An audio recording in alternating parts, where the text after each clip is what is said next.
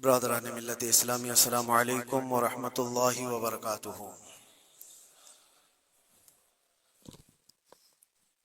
الحمد للہ وکفا وسلام علی حبیبہ المصطفى، اما بعد فاعوذ باللہ من الشیطان الرجیم، بسم اللہ الرحمن الرحیم۔ ان عدت الشہور عند اللہ 12 شہرا فی کتاب اللہ یوم خلق السماوات والارض منها 4 حرم ذلك الدین القیم الى آخر هذه الآیہ۔ صدق اللہ مولانا العظیم۔ بارگاہ رسالت محب صلی اللہ علیہ وسلم میں درود پاک کا ہدیہ پیش کریں۔ اللہم صل علی سیدنا و مولانا محمد معدن الجود والکرم وآلہ واصحابہ الکرام وابنہ الکریم وبارک وسلم صلاة دائمة سرمدا ابدا۔ اسلامی سال کا پہلا دن ہے، محرم الحرام کی آج پہلی تاریخ، اور اللہ کا شکر ہے کہ یہ نیا سال جمعہ کے دن سے شروع ہو رہا ہے۔ اللہ تعالی اس نئے سال کو ہم سب کے لیے خیر و برکت والا سال بنائے۔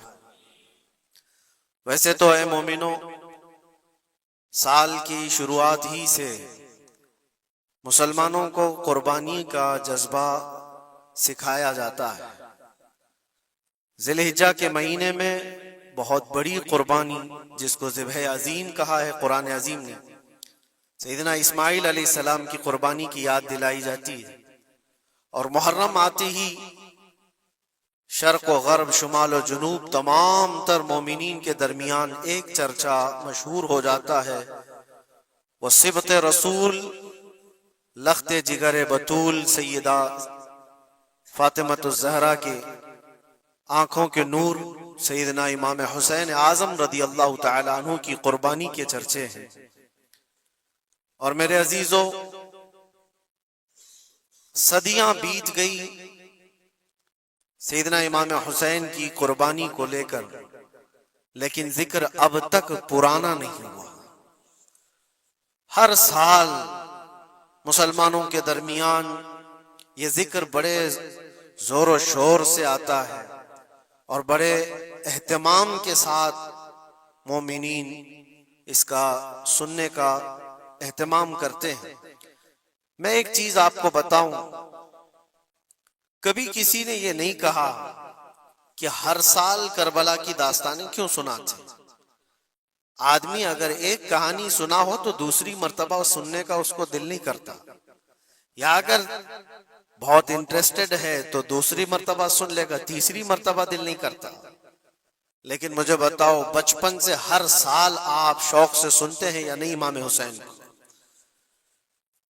اور کبھی مقرر سے یہ نہیں کہتے یا سنانے والے سے یہ نہیں کہتے کہ ہر سال یہی سنایا جا رہا ہے، بلکہ میں یہ کہتا ہوں، ہم اگر ہر سال کربلا کی داستانیں سناتے ہیں تو چلو مان لیا کہ کوئی مولوی صاحب لوگوں نے یہ شروع کر رکھا ہو، لیکن یہ کروڑوں کے عوام کیا پاگل ہے جو ہر سال سننا چاہتے ہیں؟ حقیقت میں بات یہ ہے، میں اس کو ایک فلسفے سے سمجھانا چاہتا ہوں۔ آپ کلمہ کون سا پڑھتے ہیں؟ لا الہ الا اللہ محمد رسول اللہ۔ آپ کے باپ کا کلمہ بھی یہی تھا، آپ کے دادا کا کلمہ بھی یہی تھا، پردادا کا بھی کلمہ یہی تھا، سالوں پہلے بھی جائیں تو صحابہ، تابعین، اولیاء کا کلمہ بھی یہی تھا۔ 14 صدیاں بیت گئی، ہر صدی میں یہی کلمہ، اور آج بھی ہم اس کلمے کو ایک ایک بار نہیں، سینکڑوں مرتبہ پڑھتے ہیں، اپنے بچوں کو بھی یہی یاد دلاتے ہیں۔ لیکن کبھی یہ کیوں نہیں کہتے کہ یہ کلمہ بہت پرانا ہے، اسی کو کیوں پڑھا جاتا ہے؟ نیا کلمہ نہیں آئے گا، پرانا ہے، سب کو پتا ہے، لیکن پڑھنے میں کبھی کسی کو اکتاہٹ بھی نہیں آتی۔ کلمہ طیبہ جو پڑھتا ہے اسے اندازہ ہوتا ہوگا، شوق سے اس کا ورد کرتا ہے۔ جہاں پر بھی ذکر کر کے دیکھیں آپ لا الہ الا اللہ محمد الرسول اللہ کا، اکتاہٹ نہیں آتی، بے چینی نہیں ہے، اس میں جدت ہے، اس میں نیا پن ہے۔ یہ کلمہ ہر صدی کا ہے، ہر زمانے کا ہے۔ تو 14 صدیوں سے جب کلمہ پرانا نہیں ہوا تو پھر وہ بات ہمیں یاد آتی، حسین اعظم ہے کون جس کو اس شعر سے سمجھا گیا ہے، سر داد نہ داد دست در دست یزید، حقا کے بنائے لا الہ است حسین، سر دے دیا ہاتھ نہ دیا یزید کے ہاتھ میں، اور حق تو یہ ہے کہ لا الہ کی جڑ کا نام حسین ہے۔ تو لا الہ کی جڑ کا نام، لا الہ کی بنیاد کا نام حسین ہے، تو جس طرح کلمہ پرانا نہیں ہوتا اسی طرح حسین کا تذکرہ بھی کبھی پرانا نہیں ہوتا۔ عزیزان گرامی، محرم الحرام یہ حرمت والے 4 مہینوں میں سے ایک ہے۔ سال کے 12 مہینوں میں اللہ تعالیٰ نے قرآن پاک میں فرمایا 4 مہینے حرمت والے ہیں، رجب اور پھر یہ ذی القعدہ، ذی الحجہ اور محرم، یہ 4 مہینے حرمت والے ہیں۔ اس میں جنگ و جدال، قتل و قتال سب حرام ہے۔ صرف آپس کی بات نہیں کر رہا میں، کسی دوسرے کے ساتھ بھی جو جنگیں ہوتی تھی اس وقت یہ سب حرام ہو جاتی، سب تلواریں نیچے رکھ لیے جاتے حرمت والے مہینوں۔ لیکن تف ہے، لعنت ہے اس یزیدی فوج پر جس نے حرمت والے مہینے کا بھی خیال نہیں کیا، اور نہ ہی کفار و مشرکین سے ان کا مقابلہ تھا، بلکہ رسول اللہ کے گھر والوں سے مقابلہ تھا، اہل بیت اطہار سے مقابلہ تھا۔ حرمت والے مہینوں کی دھجیاں اڑا دی گئی، کربلا کے اس میدان کو پورا لالا زار کر دیا، اس طرح خون ریز کر دیا گیا، ہر جگہ اہل بیت کے ٹکڑے نظر آتے تھے۔ وہ ایک عظیم سانحہ ہے، ایک عظیم حادثہ ہے جس کو رہتی دنیا تک بھلایا نہیں جا سکتا۔ آج میں تھوڑی باتیں عرض کر کے آپ کے سامنے یہ بات رکھوں گا۔ اللہ کے نبی صلی اللہ تعالیٰ علیہ وسلم نے اس حرمت والے مہینے کی فضیلت بھی بیان فرمائی، اور اس محرم میں حضرت حفصہ رضی اللہ تعالیٰ عنہ جو حضور کی زوجہ ہیں، وہ فرماتی ہیں رسول پاک صلی اللہ تعالیٰ علیہ وسلم 4 عمل زندگی میں کبھی ترک نہیں کرتے تھے، چھوڑتے نہیں تھے۔ وہ کیا ہیں؟ تو آپ فرماتی ہیں ان میں سے ایک عاشورہ کا روزہ حضور کبھی نہیں چھوڑتے تھے۔ عاشورہ کا روزہ رسول پاک صلی اللہ تعالیٰ علیہ وسلم کبھی ترک نہیں فرماتے، اس کی بڑی فضیلت ہے۔ یہ عاشورہ کیا ہے؟ 10ویں محرم کے دن کو عاشورہ کہا جاتا ہے، بڑا تاریخی دن ہے، اور بلکہ اللہ کے نبی صلی اللہ علیہ وسلم نے یہ بھی فرمایا قیامت بھی اسی دن کو آنے والی ہے۔ 10 محرم الحرام ہوگی اور جمعہ کا دن ہی ہوگا جس دن سور پھونکا جائے گا اور پوری دنیا فنا کر دی جائے گی اور قیامت کا منظر قائم ہو جائے گا۔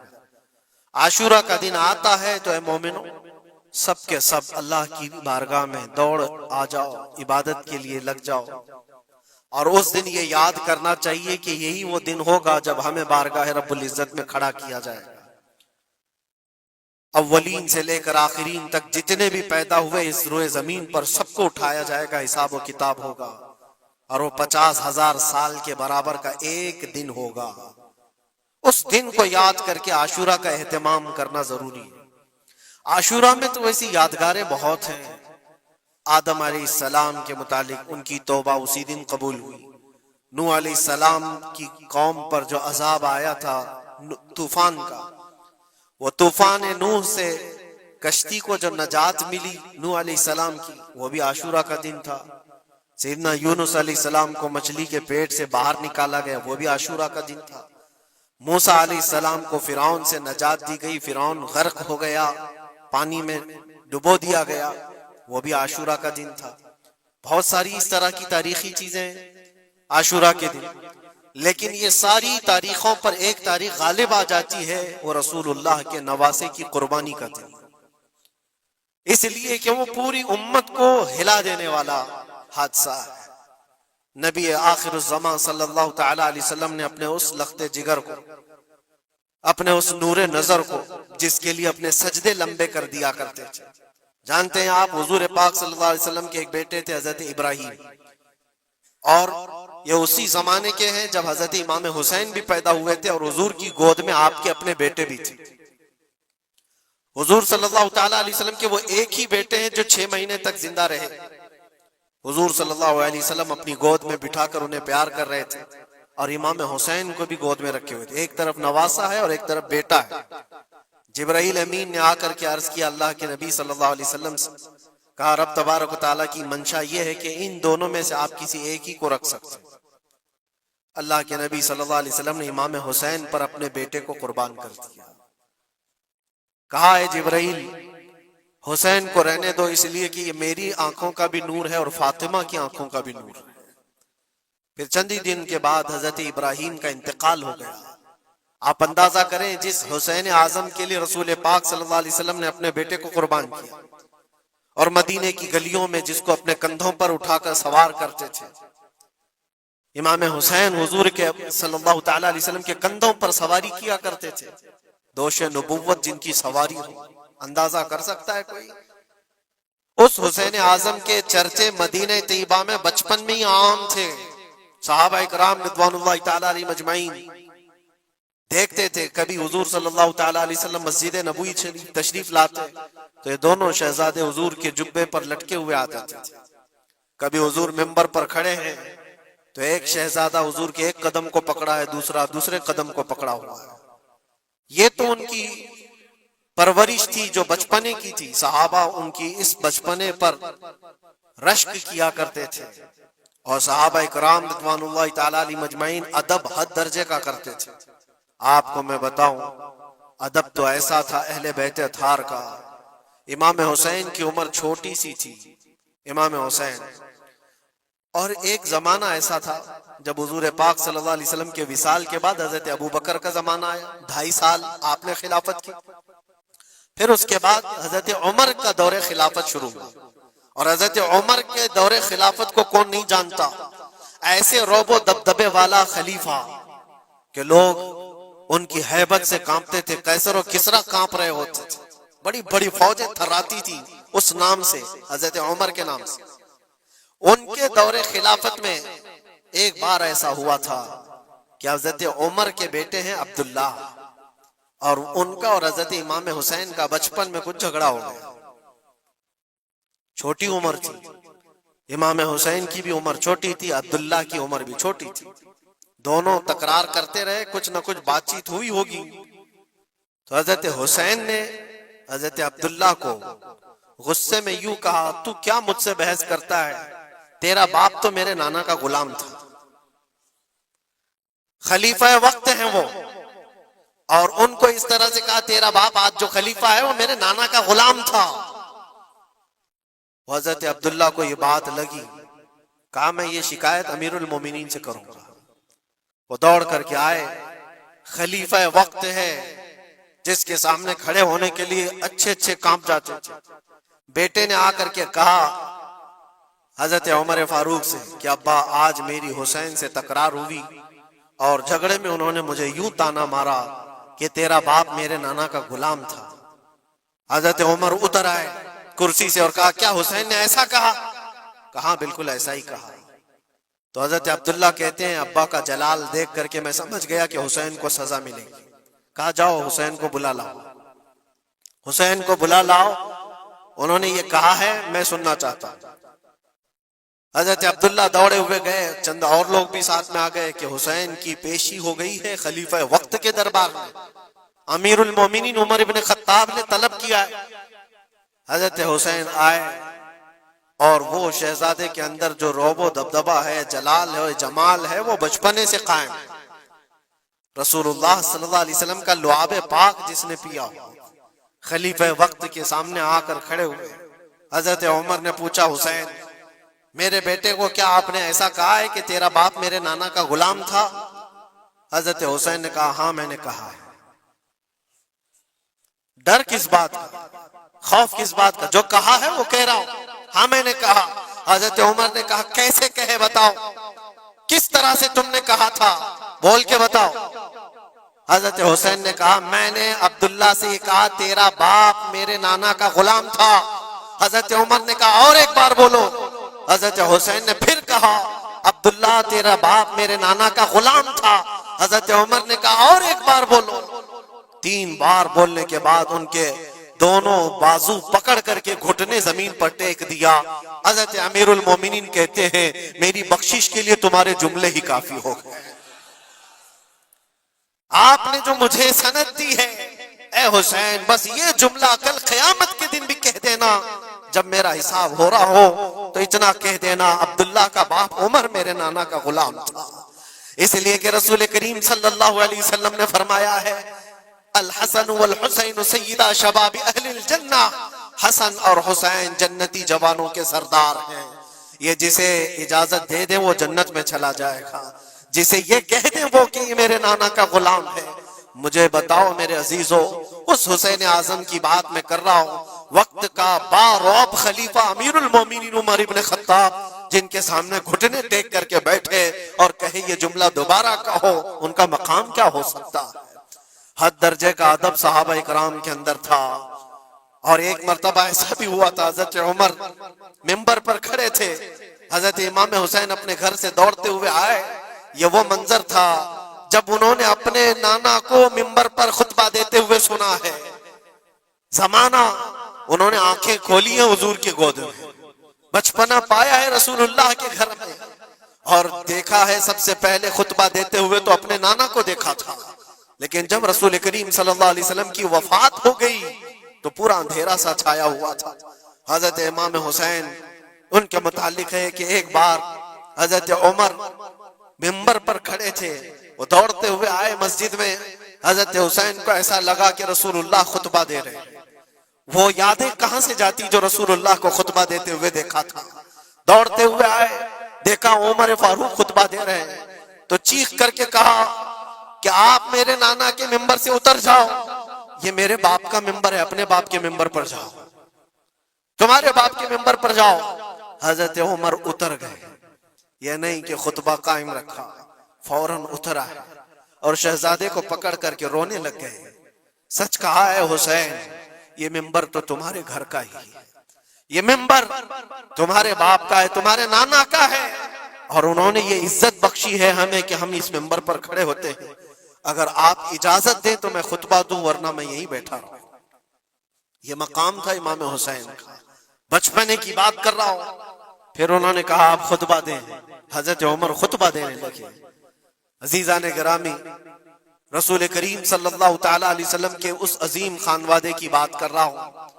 دنیا نے امام حسین کی داستانیں کربلا کی بہت سنائی، اور ہم بھی سناتے رہے اور سنتے بھی رہے۔ وہ تو آخری وقت کی قربانیاں ہیں، جب آپ کی زندگی پاک تمام ہونے کو آئی اس وقت تو کربلا میں پہنچے، لیکن آپ کی ابتدائی زندگی اور آپ کی جوانی، یہ سب معاملات ہر نوجوان کے سامنے ہونا چاہیے۔ اگر نوجوان آج ہمارا یہ کہتا ہے کہ میرا آئیڈیل حسین ہے، تو اس کو حسین کی زندگی پڑھنا چاہیے۔ اگر وہ پڑھے گا تو یزیدیوں کی طرح جینا چھوڑ دے گا، جینے کا طریقہ یزیدیوں کی طرح اور نعرے حسین کے ہوں تو یہ زمین و آسمان کا فرق ہے میرے عزیزوں۔ سیدنا امام حسین رضی اللہ تعالیٰ عنہ کے گھرانے کی بات میں آپ کو کہوں، ایک بار حضور پاک صلی اللہ تعالیٰ علیہ وسلم حضرت فاطمہ کے گھر تشریف لائے تھے۔ یہ کون سا وقت تھا میں آپ کو بتاؤں، بچے دونوں بیمار تھے، امام حسن اور امام حسین۔ تو حضرت فاطمہ نے منت کر لی تھی کہ اگر یہ بچے صحت یاب ہو جائیں تو 3 روزے رکھیں گے۔ حضرت علی نے بھی منت کر لی، تو اس کے بعد بچے صحت یاب ہو گئے تو روزے رکھے۔ حضرت علی رضی اللہ تعالیٰ عنہ، داماد رسول، اسد اللہ الغالب، شیر خدا جن کو کہتے ہیں، فاتح خیبر شکن اور فاتح خیبر، سیدنا علی ابن ابی طالب رضی اللہ تعالیٰ عنہ ایک کھجوروں کے باغیچے میں کام کیا کرتے تھے، اور مزدوری میں صرف 2 درہم آپ کو ملتے تھے۔ وہ 2 درہم ایسے کہ اس سے مدینے میں اتنا آٹا ملتا تھا جس سے 5 روٹیاں بن سکتی تھی۔ یہ دن کی مزدوری تھی ان کی، دن بھر کام کر کے آتے، روزہ رکھ کر کے گئے تھے، کام کر کے 2 درہم مزدوری میں لے آئے، اور اس کے بعد آٹا خرید کر لائے اور کہا فاطمہ روٹیاں بنا لو۔ 5 لوگ تھے گھر میں، حضرت فاطمہ، حضرت علی اور آپ کی ایک کنیز فضہ، اور حضرت حسن اور حسین رضی اللہ تعالیٰ عنہ۔ 5 روٹیاں بنی تھی، اور شام میں افطار کے لیے بیٹھے تھے، تو عین افطار کے وقت ایک مسکین دروازے پر آتا ہے، وہ کہتا ہے یہ اہل بیت کا گھرانہ ہے، میں بہت بھوکا ہوں، کیا مجھے کچھ کھلایا جا سکتا ہے؟ حضرت فاطمہ نے 5 روٹیاں اٹھا کر اس کی جھولی میں ڈال دی، ایک بھی نہیں رکھا، اور پانی پی کر افطار کر لیا۔ کیا یہ کر سکتا ہے ہم میں سے کوئی؟ افطاری کے وقت ہمارے سامنے رکھا ہوا سامان ادھر سے ادھر ہونے نہیں دیتے۔ کوئی تمہارا شربت تھوڑا سا اٹھا لے تو دیکھو پارا کتنا چڑھ جاتا ہے۔ افطاری کے وقت تو سب کو بھوک شدت کی لگی رہتی ہے، اور اس وقت گھر میں جو موجود ہے وہ اٹھا کے دے دینا۔ مسکین تو لے کر چلا گیا، اور یہ پانی سے افطار کر کے رہ گئے، رات کو اسی پانی سے سحری بھی، دوسرا روزہ تھا۔ حضرت علی مزدوری پر گئے، پھر وہی مزدوری، اور آٹا لائے، 5 روٹیاں بنی، اور افطار میں بیٹھے تھے کہ ایک یتیم بچہ آ گیا جس کے ماں باپ نہیں تھے۔ اس نے آواز لگانی شروع کی کہ میرا کوئی نہیں ہے، میرا آسرا نہیں ہے، میرا باپ نہیں ہے، میں یتیم ہوں، کیا مجھے اس گھر سے کھلایا جا سکتا ہے؟ آج حضرت فاطمہ نے وہ 5 روٹیاں اٹھائی، اس کی جھولی میں ڈال دی، کہا صبر کر لو، ہم پانی پی لیں گے۔ پانی پی کر دوسرا دن افطار کر لیا انہوں نے، اور اس دن اسی طرح سے سحری کیے، اور تیسرا روزہ تھا۔ کون رکھ سکتا ہے میرے عزیز؟ ایک روزہ ہی لوگوں کے لیے کتنا بھاری ہوتا ہے، تیسرا روزہ تھا بغیر کسی چیز کے کھائے ہوئے، اور تیسرے روزے کے بعد پھر مزدوری کی حضرت علی نے، پھر اتنی مزدوری سے آٹا خرید لائے، 5 روٹیاں بنی، اور آج ان کے کھانے کا وقت تھا، افطاری کرنے ہی والے تھے۔ جیل سے چھوٹا ہوا ایک قیدی ان کے گھر کے پاس آیا، قیدی تھا جو برسوں سے جیل کی سزا کاٹ رہا تھا، اچانک آیا اور کہا میں بہت بھوکا ہوں، میرے پاس کوئی اسباب نہیں، کھانے پینے کا کوئی سامان نہیں، اور میں نے اس گھرانے کی بڑی تعریف سنی ہے، یہ اہل بیت کا گھرانہ ہے، کیا مجھے کھلایا جا سکتا ہے؟ یقیناً وہ لجپال گھرانہ ہے، وہ سخی گھرانہ ہے۔ آج بھی 5 روٹیاں اٹھائی اور ڈال دی، اور حالت یہ ہو گئی تھی کہ سب کا پیٹ پیٹ سے لگ گیا تھا، اور آواز نہیں نکل رہی تھی کسی کی۔ تیسرا دن گزرا تھا، اور اس وقت سب حسنین کریمین طاق میں دبکے ہوئے اندر بیٹھے ہوئے تھے، حضرت علی جھکے ہوئے تھے، حضرت فاطمہ بھی وہ سجدے میں تھی۔ رسول کریم صلی اللہ تعالی علیہ وسلم اس حالت میں اس گھرانے میں تشریف لاتے، اور آئے آواز دیا تو آواز کسی کی نکل نہیں رہی، سناٹا ہے گھر میں۔ دیکھا تو حسنین کریمین جسم پورا لاغر دکھ رہا ہے، دیوار سے دبکے ہوئے بیٹھے ہیں، حضرت فاطمہ الگ، حضرت علی الگ۔ یہ کیا منظر ہے؟ یہ اہل بیت وہ ہے جو فاقہ کرتے تھے لیکن شکایت کسی کے پاس کرتے نہیں تھے۔ یہ نہیں کہ ہمارے گھر میں کچھ نہیں ہے، کبھی نہیں کہا، اسی طرح بیٹھے رہے۔ اللہ کے نبی صلی اللہ علیہ وسلم پوچھ رہے تھے تمہیں کیا ہو گیا؟ اسی اسنا میں ان کا جواب آنے سے پہلے جبرائیل امین آیت لے کر کے آ گئے، آیت لے کر کے آ گئے، قرآن پاک کی آیت سورہ دہر میں آج بھی موجود ہے۔ اللہ تعالیٰ فرماتا ہے وَيُطْعِمُونَ الطَّعَامَ عَلَى حُبِّهِ مِسْكِينًا وَيَتِيمًا وَأَسِيرًا۔ اے رسول پاک، یہ وہ گھرانہ ہے جو اللہ کی محبت میں کبھی مسکین کو کھلاتا ہے، کبھی یتیم کو کھلاتا ہے، اور کبھی قیدیوں کو کھلاتا ہے۔ اور حضور کو حضرت جبرائیل نے بشارت دی، نہ وہ مسکین گھر پہ آیا تھا، نہ یتیم گھر پہ آیا تھا، نہ قیدی گھر پہ آیا تھا، وہ تو اللہ کا فرشتہ تھا جو اہل بیت کا امتحان لے رہا تھا۔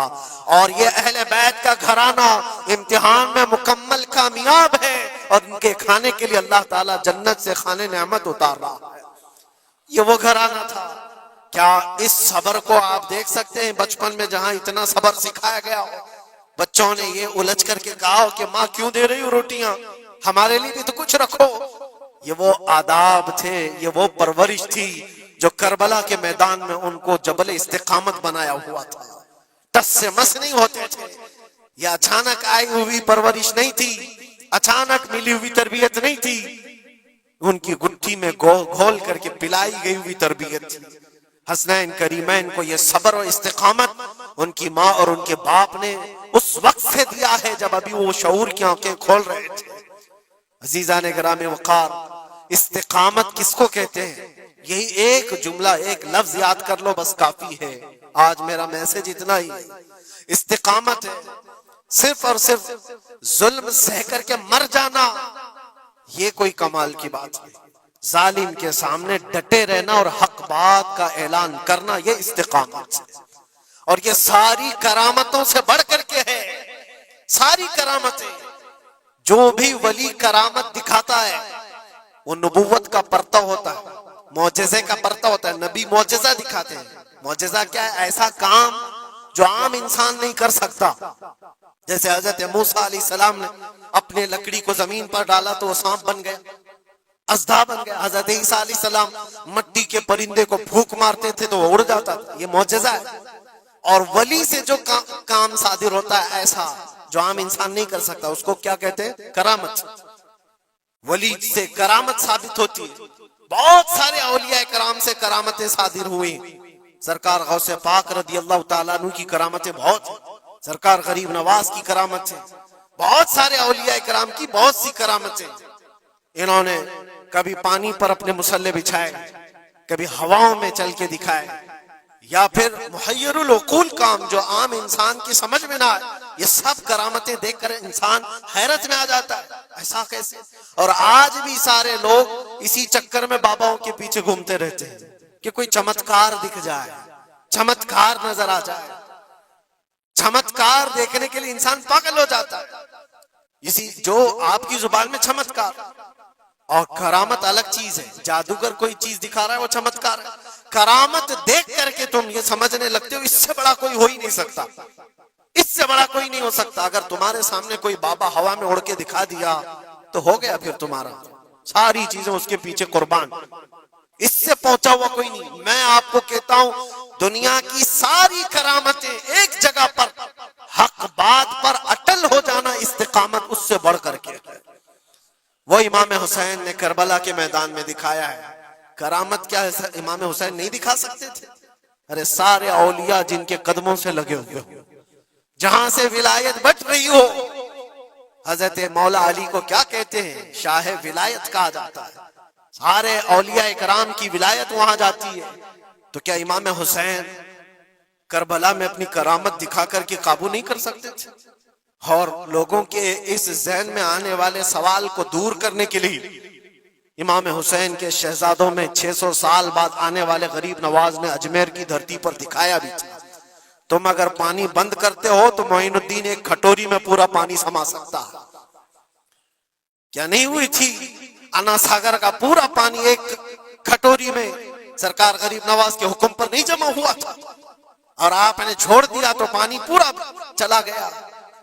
وہ 600 سال بعد آنے والے غریب نواز جو امام حسین کی اولاد میں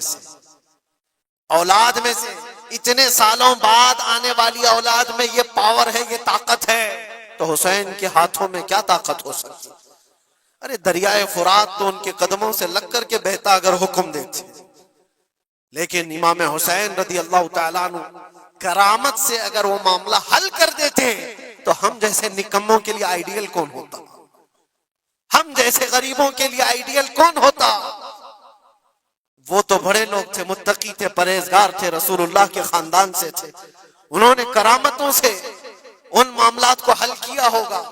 لیکن ہم جیسے لوگ اس زمانے میں اپنے دور کے یزیدیوں سے لڑنے کا وقت ہوتا تو ہم کون سی کرامت دکھاتے؟ اسی لیے امام حسین نے قیامت تک آنے والے مسلمانوں کے لیے کرامت دکھا کر کے اس میدان کو فتح نہیں کیا، استقامت دکھا کر۔ یہ میسج تھا کہ اے مسلمانوں، جیسی بھی بڑی طاقت تمہارے سامنے آئے ڈٹے رہو، جمے رہو، اور مرنے کا خوف نہ رکھو۔ اگر کٹ جاتے ہو، مر جاتے ہو تو کوئی فرق نہیں پڑتا، کیونکہ رب تبارک و تعالیٰ نے پہلے ہی قرآن میں گواہی دے دی ہے وَلَا تَقُولُوا لِمَنْ يُقْتَلُ فِي سَبِيلِ اللَّهِ أَمْوَاتٌ بَلْ أَحْيَاءٌ وَلَكِنْ لَا تَشْعُرُونَ۔ جو اللہ کی راہ میں مارے جائیں انہیں مردہ نہ کہو، وہ زندہ ہیں، تمہیں اس کا شعور نہیں۔ اور وہ زندگی تو آج بھی ہم دیکھ رہے ہیں، آج بھی ہم دیکھ رہے ہیں، اسلام زندہ ہوتا ہے ہر کربلا کے بعد۔ کیا یہ نہیں دیکھ رہے؟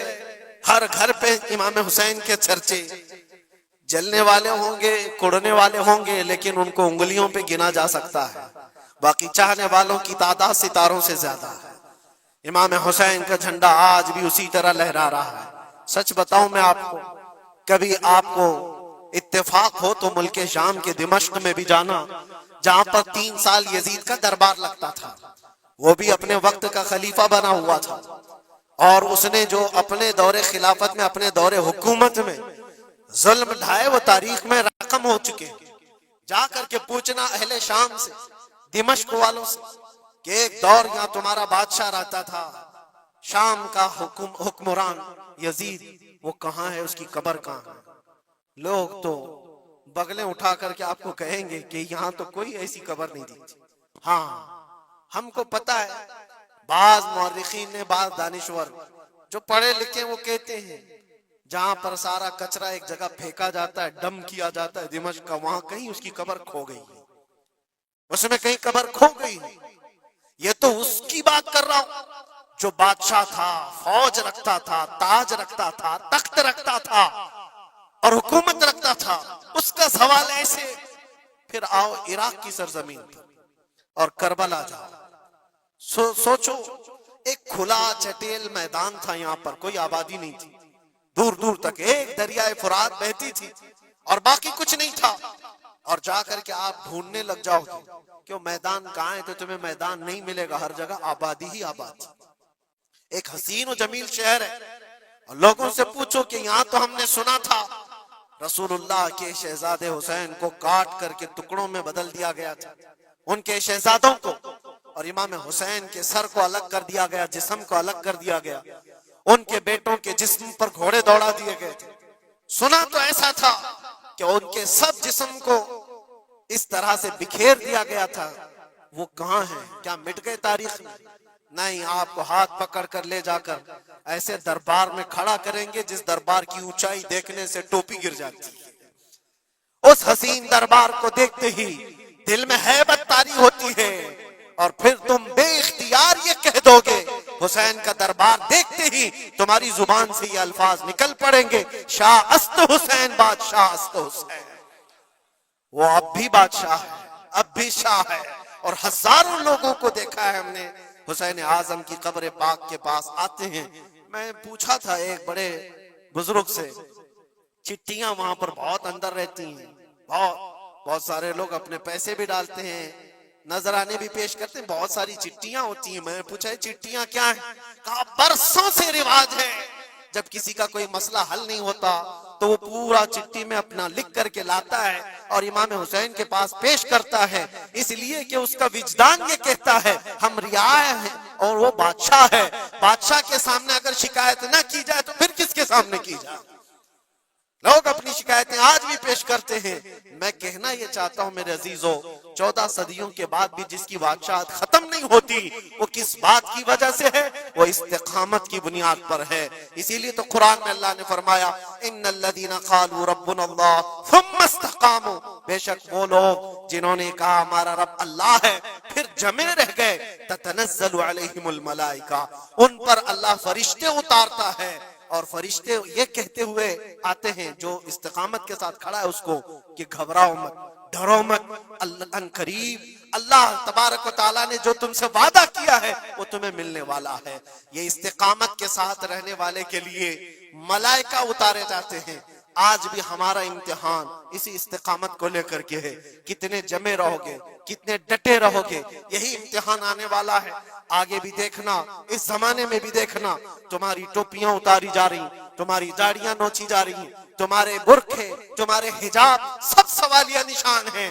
اب تو حالات یہ ہو گئے ہیں، لوگوں کو اتنی کھجلی ہے کہ اذان کی آواز سے بھی پورے جسم میں کچھ لوگوں کو کھجلیاں ہوتی ہیں، تکلیفیں اتنی ہیں کہ سب اتار دو، کوئی اذان کی آواز نہیں۔ صدیوں سے جو اذان کی آوازیں گونج رہی تھی، آج پتہ نہیں پاگلوں کے دماغ میں کون سی چیز سوار ہے، کون سا شیطان سوار ہے۔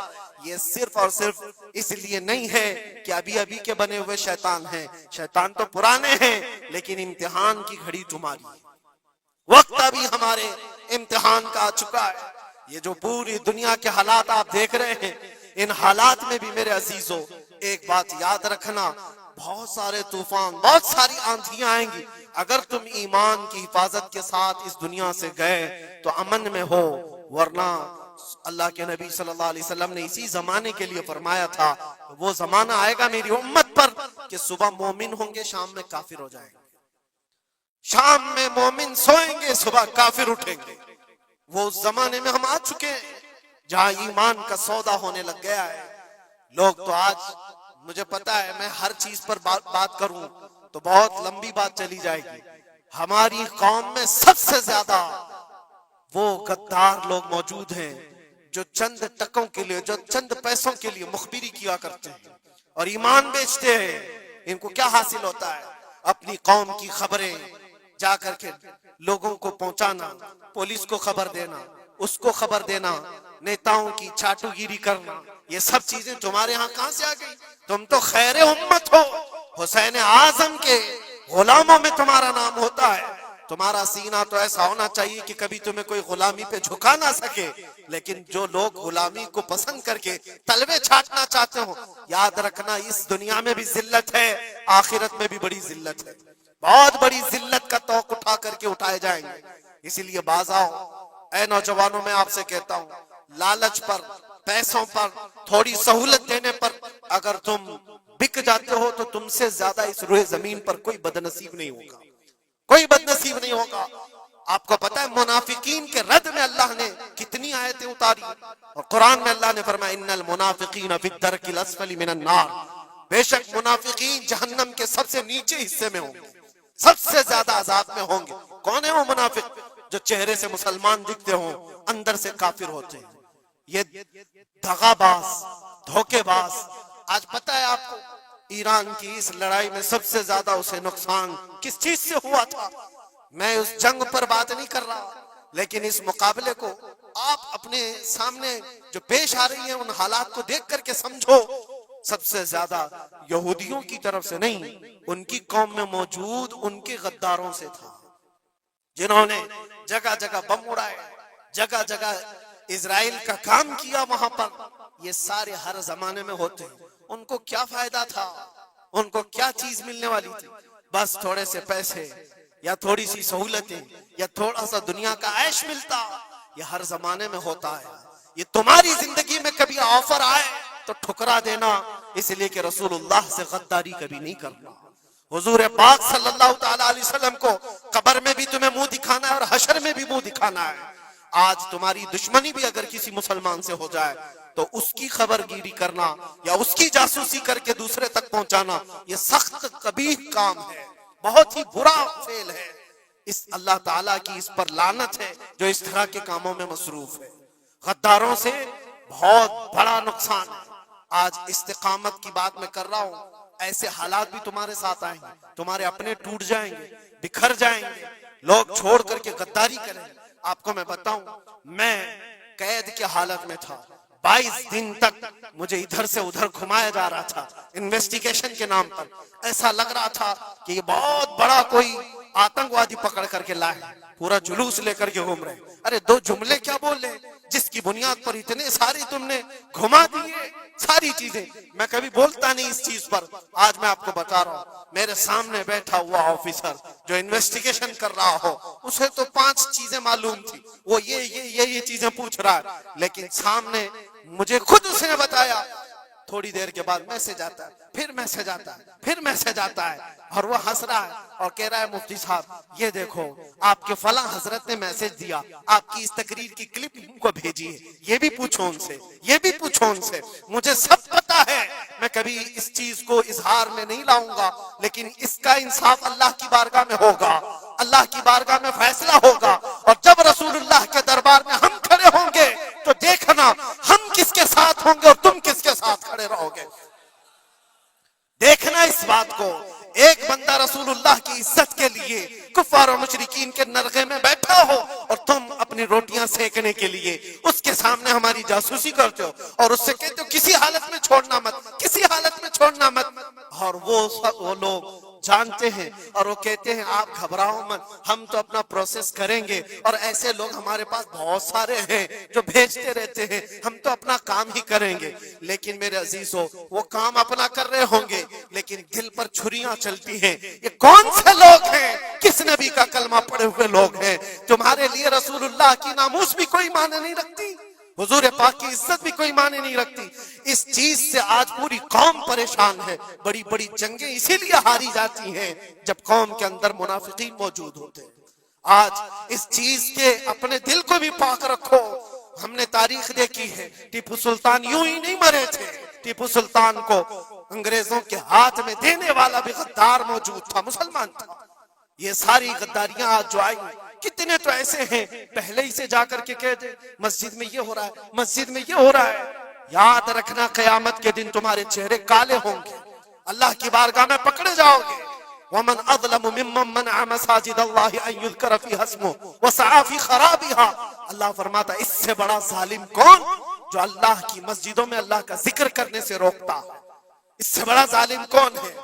اور وہ سب ظالم آج دیکھنے کو آ رہے ہیں. بہرحال خلاصہ کلام یہ ہے میرے عزیزوں، ہم حسینی ایمان رکھتے ہیں اور حسین کی طرح اللہ کی بارگاہ میں دعا بھی کرتے ہیں کہ مولا ساری قربانیاں ہو جائیں مگر ایمان کا سودا کرنے کی نوبت کبھی نہ آئے.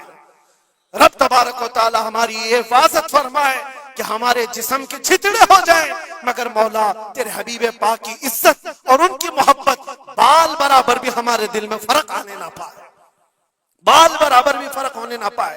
اپنی اولاد کو بھی یہی تعلیم دے کر جاؤ، یہی تعلیم دے کر جاؤ.